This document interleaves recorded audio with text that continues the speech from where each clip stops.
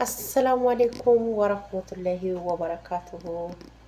ቤተሰብ እንዴት ናችሁ? አላችሁልኝ? አለሁ አልሐምዱሊላህ ረብል ዓለሚን። ከኔ ሁሉ ሰላም። የሀገሬ ልጆች ሀገራችንም ሰላም አላህ አድርግልኝ።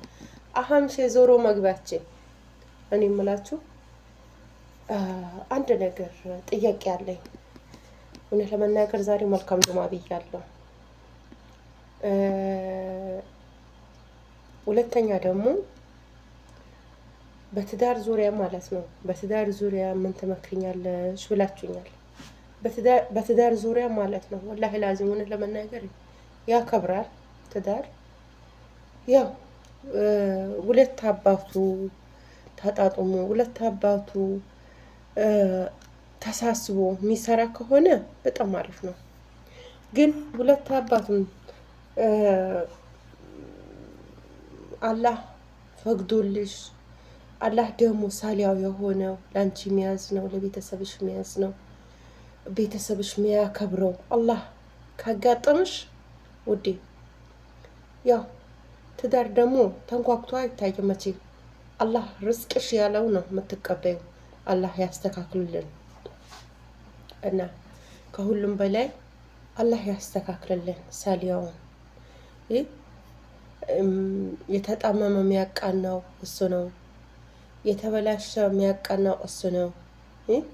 አሁን እኛ ማለት ነው የፈለገ ነገር ብንሆን የፈለገ ነገር ብናደርግ ማለት ነው፣ ግን ሳሊያ ሆኖ ያገባ ነው ራሱ አላህ ከኛ ሲጨመር አላህ ካልፈቀደ ያው ላትጣጣሙ ትችላላችሁ።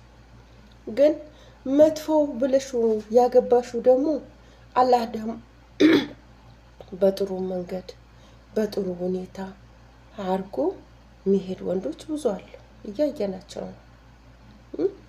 መጥፎ የተባሉት በጥሩ ሁኔታ እየሄዱ፣ ጥሩ የተባሉ ደግሞ ጥሩ ዛሬ ጥሩ ትዳር በጥሩ ትዳር ውላለች የምትሏት ደግሞ ብዙም ያው አያምርም እውነት ለመናገር።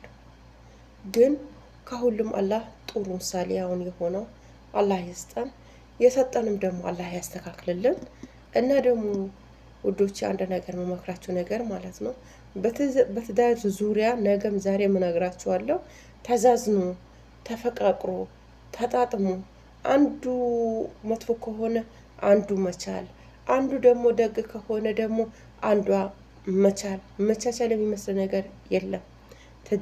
በትዳር ዙሪያ መቻቻል በጣም የሚመስል ነገር በጣም